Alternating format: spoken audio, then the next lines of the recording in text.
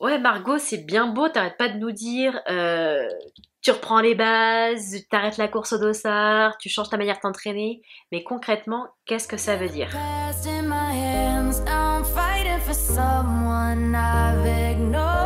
Cette rentrée 2024, c'est l'occasion pour moi d'ouvrir un nouveau chapitre, voilà, de reprendre de nouvelles bases, de construire de nouvelles fondations. J'avais envie de prendre un nouveau départ, notamment d'un point de vue sportif.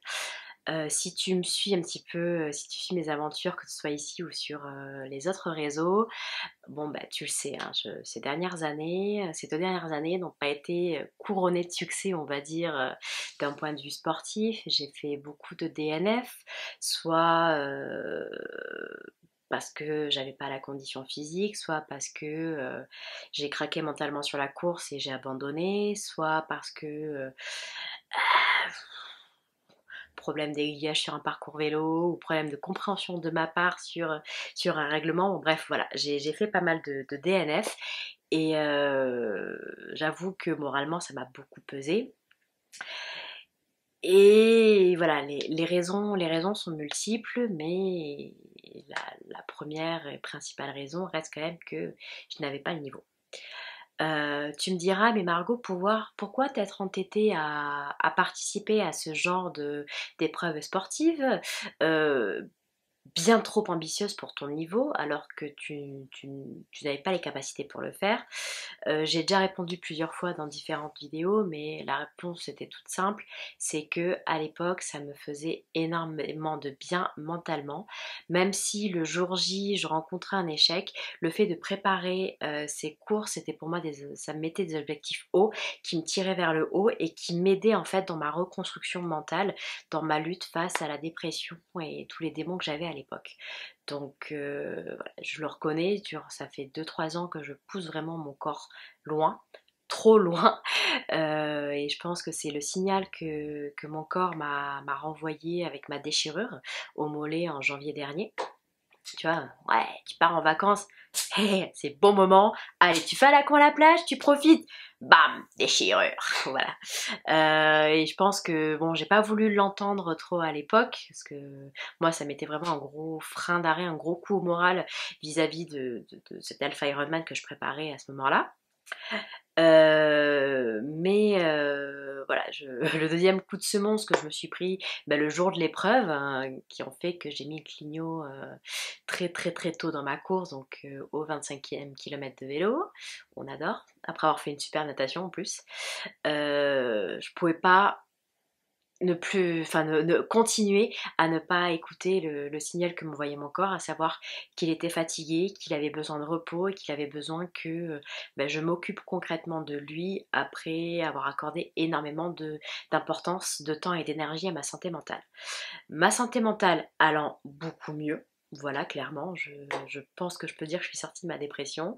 Je pense qu'on peut dire que j'ai bien mis au placard pour le moment mes problèmes de TCA, en espérant arriver à en mettre maintenant le verrou sur la porte et à jeter la clé bien loin pour que cette porte ne s'ouvre plus jamais.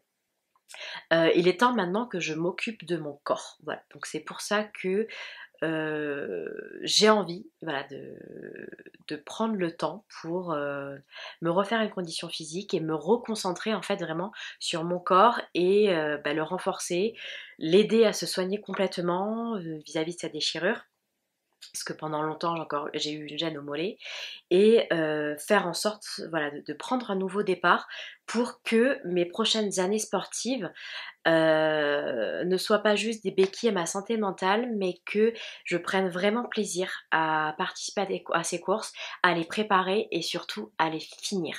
Parce que les DNF, on va pas... Voilà, DNF pour ceux qui ne sauraient pas, hein, Do Not Finish. Euh, Excusez-moi l'expression, mais ça pète les couilles. Voilà, tu vas pas sur une course dans l'optique de faire un DNF. Tu prends le départ d'une course dans l'optique d'en chier. Donc tu sais que tu vas galérer pendant X kilomètres, mais de franchir cette ligne d'arrivée à la fin et d'avoir ce sentiment de fierté de l'avoir fait. Moi, je fais du triathlon, de la course à pied, pour ça, pour ce sentiment de fierté, d'accomplissement et voilà, on se sent pousser des ailes quand on franchit ces lignes d'arrivée, et c'est un sentiment qui me manque énormément parce que il y a beaucoup trop de courses là sur ces 2-3 dernières années que je n'ai pas réussi à terminer. Donc là, l'idée maintenant, c'est de clôturer définitivement ce chapitre des DNF pour en ouvrir un encore plus beau et faire en sorte que les prochaines années sportives soient beaucoup plus couronnées de succès. Donc dans une précédente vidéo où je me disais là 6 mois pour glow up, voilà, j'expliquais que là j'accordais énormément de temps et d'importance à ma perte de poids et à la reconstruction de ma condition physique. Et voilà, concrètement, cette nouvelle façon de m'entraîner depuis la rentrée, c'est ça, c'est revoir les bases en course à pied pour bien soigner mon mollet et me concentrer sur ma perte de poids. Donc concrètement, je mets entre parenthèses la course au dossard au moins jusqu'à la fin de l'année. Le temps vraiment de me consacrer à 2000% sur ces deux objectifs. Donc comme je disais, ma perte de poids et m'améliorer en course à pied. Alors oui, je fais du triathlon. Et en triathlon, il n'y a pas que la course à pied. Il y a aussi la natation et le vélo. Sauf que j'ai appris avec l'expérience que l'on ne peut pas être sur toutes les batailles en même temps. Qu'il faut savoir les choisir si on veut pouvoir espérer gagner la guerre, clairement. Donc moi l'idée c'est de m'accorder jusqu'à la fin de l'année, on va dire, jusqu'à 4 mois, faire un gros focus sur ces deux objectifs-là. Sachant que si ces objectifs sont voilà, si mes efforts portent leurs fruits sur ces deux objectifs, par effet de ricochet, je vais avoir des bénéfices, notamment sur la pratique du vélo. Tout simplement parce que le vélo, ta vitesse, c'est simplement c'est en très grosse partie un rapport poids-puissance. Pour le moment, ce rapport est totalement à ma défaveur au vu de mon poids. Mais si ma puissance reste la même, mais que mon poids diminue, mathématiquement, ma vitesse va augmenter. Donc voilà, c'est un petit peu ça l'idée, de me concentrer sur ces deux objectifs-là pour pouvoir vraiment poser les bases de mon année 2025. Et en gros, je construis cet objectif parce que je me suis donné 1 an pour vraiment renaître de mes cendres, 1 an pour qu'une nouvelle Margot fasse son apparition. Et j'ai un petit peu divisé mon année en différentes périodes de temps avec des focus différents de façon vraiment à construire ce projet que j'ai de perte de poids et d'amélioration de ma condition physique pour devenir une meilleure sportive. Voilà, et m'améliorer tout simplement en course à pied, natation, vélo et donc être meilleure en triathlon.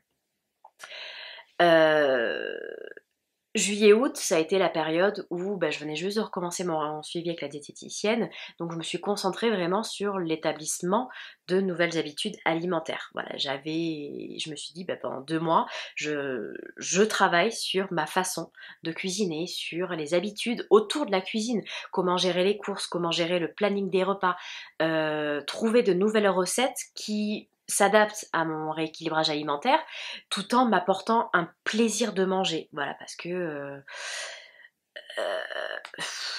l'ennui dans l'assiette, la frustration dans l'assiette, c'est le début d'un cercle infernal en fait, d'un cercle vicieux qui va à terme t'empêcher d'atteindre tes objectifs. Donc juillet-août, je me suis concentrée sur ça. Et une fois que ces habitudes ont bien été implantées et compagnie, j'ai pu les mettre à l'épreuve un petit peu de la vie réelle, parce que j'étais plus en vacances, mais ma vie professionnelle, ma vie à Lyon a repris, avec un rythme totalement différent de quand je suis en vacances, de quand je suis chez mes parents, ce genre de choses. Donc voilà, l'idée c'était de prendre le temps dans un premier temps avec des nouvelles habitudes alimentaires pour que ces habitudes en fait résistent face au retour à la réalité entre guillemets. Donc moi mon retour à la réalité il s'était fait fin août début septembre et j'ai commencé à mettre des choses en place pour pouvoir atteindre mes objectifs. Et donc, cela passe par revoir entièrement ma manière de m'entraîner. Jusqu'à présent, je m'entraînais pour préparer des courses. Là, maintenant, je m'entraîne pour perdre du poids et progresser en course à pied. Donc forcément, la façon de m'entraîner, le contenu de mes séances, l'organisation de mes séances avec la répartition des volumes selon les différentes activités a complètement changé. On va commencer par la course à pied. C'est bien simple, avec ma gêne au mollet, je me suis complètement arrêtée au mois de juillet pour laisser le temps vraiment à mon mollet d'avoir l'inflammation vraiment qui diminue pour que je puisse continuer mes rendez-vous médicaux, m'assurer que tout allait bien et savoir exactement quel protocole suivre pour pouvoir reprendre tranquillement la course à pied et voilà, reprendre de bonnes bases. Au mois d'août, j'ai recommencé à courir, où j'ai alterné marche et course dans l'objectif d'être capable de courir 30 minutes sans m'arrêter fin août, début septembre, pour pouvoir vraiment reprendre des entraînements très très cadrés avec un objectif d'amélioration et de progrès. Et en septembre, du coup, j'ai recommencé vraiment la course à pied avec des entraînements bien plus spécifiques, bien plus cadrés. Et je suis notamment dans un cycle de seuil. Là, ces entraînements-là sont beaucoup plus courts que ce que je faisais avant, avec beaucoup moins de volume, tout simplement parce que mon mollet n'est pas capable d'encaisser du volume. Pour le moment, je galère encore à courir 45 minutes sans m'arrêter, donc on y va mollo, le temps vraiment de retrouver des progrès, de retrouver du confort, aussi bien musculaire que cardio, parce que j'ai le cardio qui explose en ce moment, c'est affolant. Mais voilà, on reprend tranquillement. Et vraiment, j'ai ce programme de course à pied sur 5 mois, du coup, qui va jusqu'en janvier, de façon à reprogresser et être capable de recourir à nouveau un semi-marathon au mois de février. Pourquoi? J'ai juste mis ça de manière très arbitraire, de façon à avoir une date limite. Voilà, parce que avoir des objectifs sans deadline, au final, tu ne fais que repousser la réalisation de ton objectif. Donc moi, je voulais vraiment avoir une deadline pour pouvoir me comparer entre mon jour 1 et cette deadline et voir en fait le chemin qui a été parcouru, voir ce que je n'ai pas réussi à faire, voir ce qu'il faut modifier et compagnie. Donc je me suis mis une date au mois de février de manière purement arbitraire.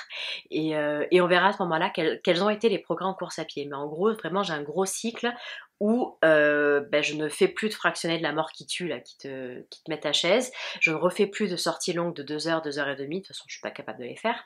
Et je me concentre vraiment sur du seuil, sur du travail cardio, sur de l'endurance fondamentale pour retrouver, une aisance cardio et deux, un mollet qui est capable d'encaisser les kilomètres. Voilà, tout simplement. Ça fait beaucoup de choses, clairement. Mais voilà, vraiment le gros objectif, c'est de me concentrer sur la course à pied. Et s'il devait y avoir des séances qui doivent sauter dans la semaine, ce serait pas la course à pied. Voilà, faire en sorte que ces séances-là, elles sont immuables. Quoi qu'il arrive, je les fais. Donc c'est vraiment, je donne la priorité à la course à pied jusqu'à la fin de l'année.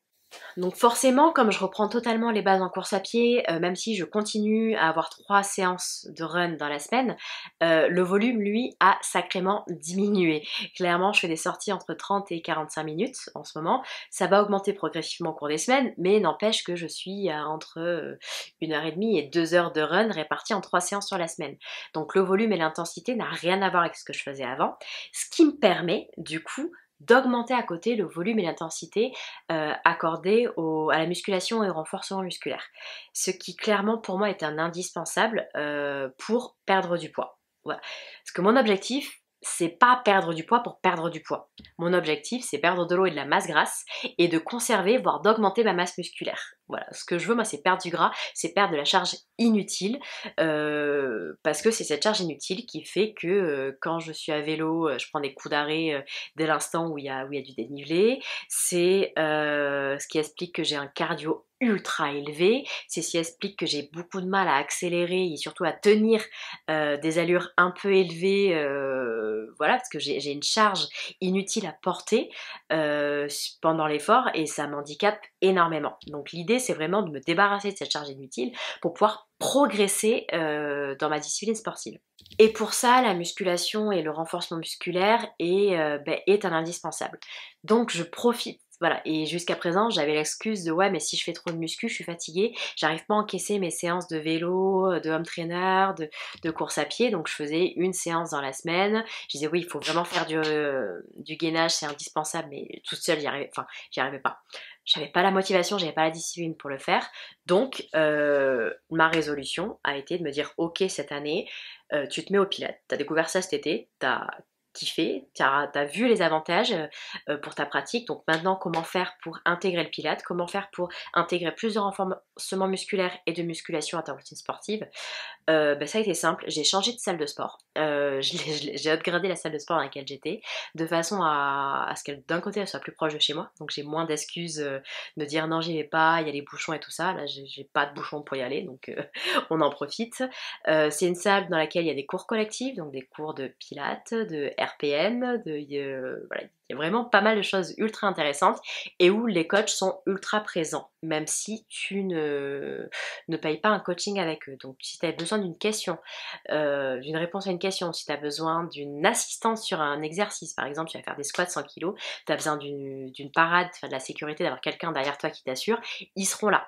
Donc j'ai commencé par changer ma salle de sport pour pouvoir tout simplement profiter de tous ces avantages-là et changer mon environnement de travail, entre guillemets, d'un point de vue muscu. Et donc l'idée, c'est d'y aller 3 fois par semaine. Faire 3 fois par semaine du coup de la muscu. Donc soit 2 fois du pilate, 1 fois de la musculation, soit 1 fois du pilate, 2 fois de la musculation, plutôt orienté cardio training.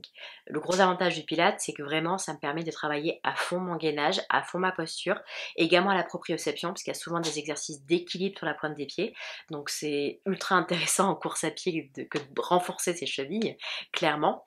Voilà. Et je sais que moi la musculation fonctionne toujours très très bien pour m'aider à perdre du poids, beaucoup plus que le cardio. Clairement, même ça fait des années que je fais 90% de cardio, 10% de renfo et que mon poids ne bouge pas. Et dès l'instant où je remets un peu de muscu, un peu de renfo, je prends très facilement de la masse musculaire et mon poids après derrière en conséquence suit, parce que qui dit plus de masse musculaire dit un métabolisme plus élevé, donc tu grilles plus de calories au quotidien, donc tu vides les réserves de masse grasse. Donc voilà, l'idée c'est vraiment de réintroduire la musculation et le renfo, donc de profiter de cette baisse de volume et d'intensité côté course à pied pour pouvoir remettre beaucoup entre guillemets de renfo et de musculation pour me construire un corps beaucoup plus musclé, beaucoup plus résistant, beaucoup plus puissant, qui sera capable du coup d'encaisser des distances beaucoup plus longues en course à pied et en triathlon. Donc c'est bien Margot, concrètement tu nous dis que tu as complètement changé ta façon de t'entraîner en course à pied et en musculation, mais sur ton emploi du temps, comment ça se traduit? Voilà, ça se traduit par un gros volume. Ma semaine type, en gros, c'est le lundi, rien, repos. C'est ma journée de joker. C'est la meuf, elle te dit que elle revoit sa manière de s'entraîner. Elle commence par la semaine par du repos. Mais tu verras, c'est ultra essentiel pour la suite. Donc lundi, repos. Mardi matin, pilates, cours de pilates, voilà. Lundi soir, run. Mercredi matin, muscu, cardio training. Mercredi soir, natation avec le club de triathlon. Jeudi matin, RPM.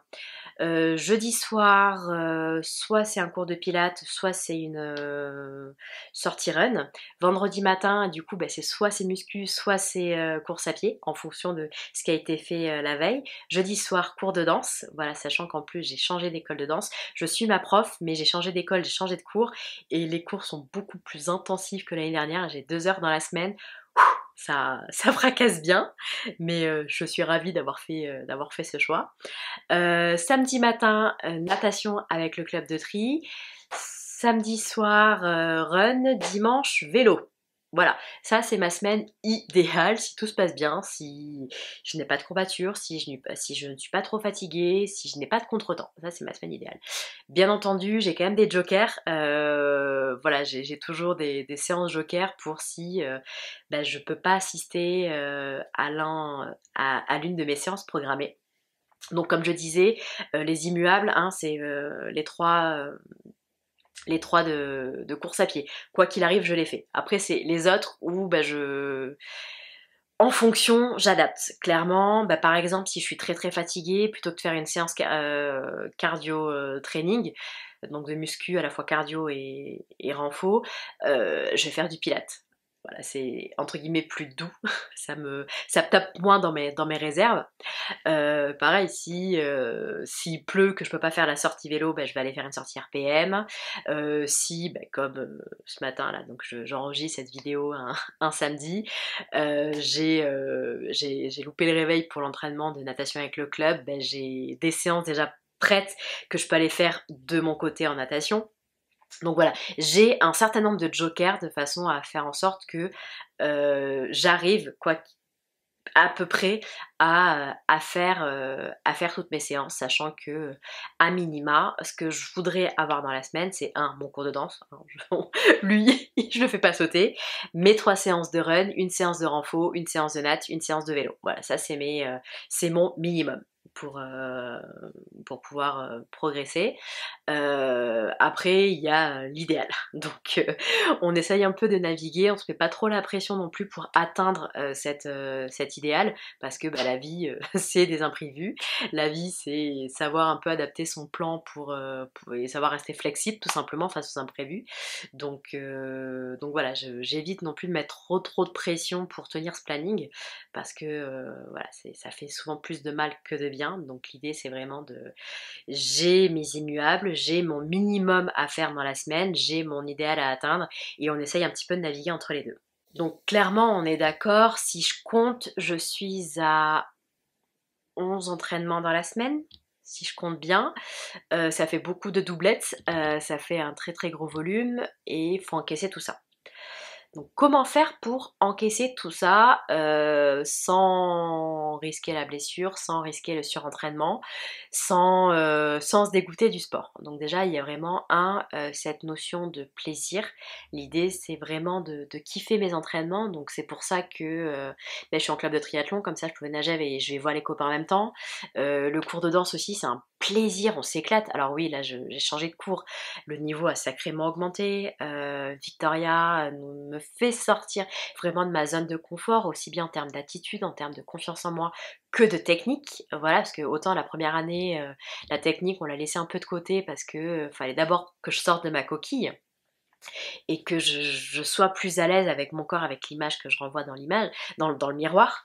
Donc maintenant que ça, j'ai fait un step en avant, j'ai pas fini tout le chemin, mais voilà, j'ai commencé à progresser. Là, on bosse sur la technique et elle me fait bosser mes postures, elle me fait bosser mon gainage.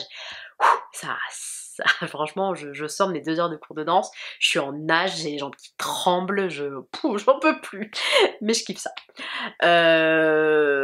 L'ambiance à la salle de sport avec les coachs et les cours co, bah, franchement c'est génial. Donc voilà, l'idée c'est garder une notion de plaisir, quoi qu'il arrive. J'ai d'ailleurs fait une conférence avec Finisher dont l'invité principal était Mathieu Blanchard et celui-ci a dit une phrase ultra intéressante qui a beaucoup résonné en moi. Il a dit que la performance était la conséquence de son bonheur et que s'il n'était pas heureux à l'entraînement, ben, il ne performait pas le jour de sa course. Donc voilà, je te laisse méditer là-dessus. Être heureux à l'entraînement pour performer le jour de ton objectif sportif. Ensuite, donc c'est bien, il y a la notion de plaisir, mais ensuite il y a surtout la notion de récupération. Comment être capable d'optimiser au maximum sa récupération pour encaisser ce volume-là. Parce que clairement, je suis à 12-13 heures de sport. Et encore, parce que j'ai un petit volume en course à pied et un petit volume à vélo. Parce que je pourrais vraiment augmenter le nombre d'heures. En fait, c'est simple. Je dors beaucoup et je mange beaucoup. Donc je dors, oui, je fais des nuits de 8 heures. Clairement, je tombe comme une masse. Et je fais également la sieste. Voilà. Je grognais contre mes parents tout l'été parce que les repas étaient prêts à 12h15, voilà. Et que fallait que tout le monde soit à table à 12h15 et que je trouvais ça bien trop tôt. Et que voilà, à 12h15, tu reviens parfois de ton run, enfin tu reviens parfois de vélo. C'est vraiment une contrainte. Et Devine maintenant qui mange à 12h15 parce qu'elle veut pouvoir faire la sieste à 13h. C'est bébé, ouais. J'ai changé un peu voilà, l'organisation de mes journées de façon à ce que mon repas soit prêt autour de 12h10, 12h15 pour avoir fini de manger à 13h et faire la sieste de 13 à 14. Voilà, la sieste c'est sacré, donc le repas c'est sacré, la sieste c'est sacré, donc on s'arrange pour faire les deux, comme ça à 14h je suis de nouveau opérationnelle pour me remettre à travailler, parce que si je fais la sieste plus tard, en fait j'arrive pas à me remettre dans le rythme du travail et mon après-midi il est mort. Voilà, donc je dors beaucoup et je mange beaucoup. Ouais, je mange énormément. Comme dirait ma mère, vaut mieux m'avoir en photo qu'à table en ce moment. Clairement, voilà, c'est la diète qui me fait augmenter mes proportions. Je mets beaucoup de temps à finir mes assiettes parce que clairement, ça déborde dans tous les sens. Mais en fait, plus je mange, en suivant son rééquilibrage, je mange pas non plus de la merde, je mange pas n'importe comment. Mais plus j'ai un volume important dans l'assiette et en fait plus je prends du muscle et plus je perds du gras, donc on va continuer. Bon, mes factures de courses, ça pique un peu pour une personne solo, mais ouais, voilà. Donc pour encaisser tout ça, voilà, je dors beaucoup, je mange beaucoup et je bois aussi beaucoup d'eau. Dernier aspect, comment je trouve le temps de tout faire. Donc, alors déjà, on va déculpabiliser tout le monde. On se compare pas les uns les autres. On a chacun nos vies, nos rythmes de vie différents. À savoir que moi, je suis célibataire, sans enfant, je travaille à mon compte. Donc, je suis totalement maîtresse de mon emploi du temps. Je le gère comme je veux. Ce qui fait que je commence souvent à travailler à 7h30 le matin. Voilà, pour pouvoir finir assez tôt, à 11h30 notamment, pour pouvoir manger à midi et demi, pour pouvoir voilà, avoir le temps. Je travaille aussi un peu plus tard en soirée, je travaille les week-ends. Donc le bonheur d'être freelance, c'est que clairement, même si t'as pas l'impression en voyant tout mon contenu, mes réseaux sociaux, mes stories, mais je suis largement au-dessus du 35 heures semaine. Je vais pas m'en plaindre parce que j'ai choisi ce rythme de vie-là. Mais il faut être conscient aussi que je travaille énormément à côté. Mais voilà, je suis totalement maîtresse de mon emploi du temps. Et même en étant maîtresse de mon emploi du temps, j'ai décidé que j'allais donner la priorité au sport dans ma vie. Ce qui fait que mon ménage n'est pas toujours à jour. Là, heureusement que tu ne vois pas le reste de mon appartement. Je commence à être la pro pour cacher les coins qu'il faut pas voir. Mais voilà, je donne la priorité au sport. Mes amis pratiquent les mêmes disciplines que moi, ce qui fait que je les vois aux entraînements, que ma vie sociale en fait, elle se fait à l'entraînement, tout simplement. Voilà, quand que je pars 3 heures avec ma pote Perrine sur le vélo, je peux te dire qu'on part 3 heures, on papote, on passe notre temps à papoter, et c'est pour moi aussi kiffant qu'une après-midi shopping avec des copines ou une sortie ciné en fait. Donc j'ai l'avantage, voilà, c'est que mes amis pratiquent le même sport que moi, donc nos sorties entre potes, c'est souvent un entraînement. Ce qui fait que t'as moins cette enfin, l'entraînement devient plaisir. Toujours cette notion de plaisir et de bonheur d'aller s'entraîner, d'aller faire du sport. Donc quoi qu'il en soit, on ne se compare pas, oui, on se compare pas, ça sert à rien, chacun fait ce qu'il peut avec ce qu'il a et les moyens qu'il a à l'instant T. Parfois c'est plus limité que d'autres. Moi c'est vrai que je suis, comme je dis, célibataire sans enfant, freelance, en ayant décidé de donner, voilà, de mettre l'accent sur le sport. Donc ma vie tourne beaucoup autour des entraînements, autour du sport. Voilà, c'est peut-être pour ça que je suis toujours célibataire. C'est peut-être aussi pour ça que je cherche un mec qui fait aussi du sport, pour qu'il puisse comprendre mon rythme de vie. Bref, on ferme la parenthèse. Et du coup, dernier petit point que je voudrais aborder, parce que c'est revenu un peu dans mes MP, est-ce que ce ne serait pas contradictoire de me revendiquer body positive et en même temps de vouloir chercher à perdre du poids? Non, tout dépend de ta définition de body positive. Pour moi, être body positive, c'est faire de son corps un allié, d'arrêter de le maltraiter, voilà, d'en faire un allié, de l'aimer, de façon à pouvoir lui fournir ce dont il a besoin, d'accepter ses limites, d'accepter ses défaillances, parce qu'on n'a voilà, on n'a pas tous la chance d'avoir une santé au top, d'avoir d'être naturellement svelte, on va dire, et surtout de se la fermer sur le corps des autres. On t'a rien demandé, donc tu fermes ta bouche. Oui, j'ai des kilos en trop, mais tu fermes ta bouche. J'ai pas besoin de toi pour le savoir. Et l'idée, voilà, c'est de vraiment de faire de ton corps un allié de façon à vivre en paix au maximum avec lui parce que, ah, entre guillemets, tu vois, c'est le seul appartement de ton âme, tu vois. Ton âme est propriétaire d'un seul corps. Donc, si tu veux que ton âme et ton corps soient en paix, il faut qu'ils travaillent ensemble, on va dire. Donc voilà, c'est pour moi c'est voilà, être body positive, c'est être en paix avec les décisions qu'on prend vis-à-vis de son corps, de le faire pour soi, de le faire pour son bien-être, de le faire pour sa santé.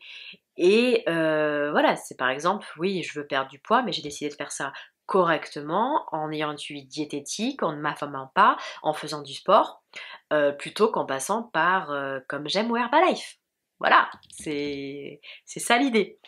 Euh, et bah, c'est continuer à m'aimer, de faire ce travail sur moi, sur ma féminité, sur ma confiance en moi, parce que bah, je suis bien consciente que la vie c'est jamais linéaire, que oui, en ce moment je perds du poids, peut-être que dans 2 ans je vais réussir à perdre du poids, mais qui sait ce qui va passer dans 10, dans 15 ans? Est-ce que je vais pas, à la suite de problèmes de santé, reprendre du poids?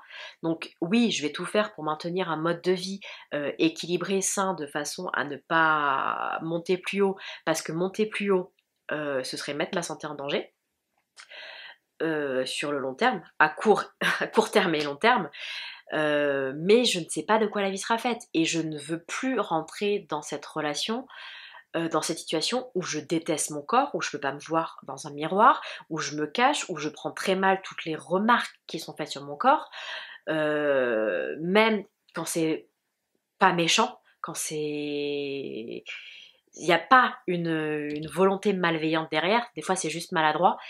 Et sauf que bah, toi t'exploses, tu le vis tellement mal, t'es tellement mal que t'exploses, en fait tu supportes pas la moindre remarque. Donc vraiment l'idée pour moi c'est de continuer à apaiser ma relation avec mon corps. Et si j'ai décidé cette perte de poids, c'est pour 2 raisons principales.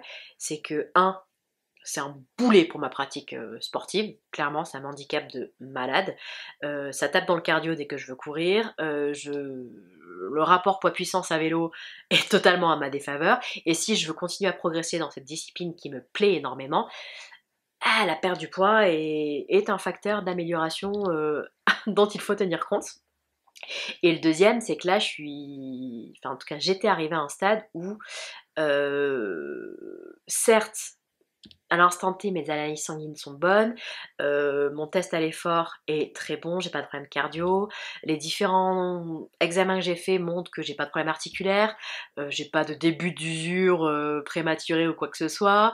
Voilà, même si à l'instant T j'ai pas de problème de santé, continuer dans cette direction-là, c'est foncer droit vers des problèmes de santé qui seront aggravés par mon poids.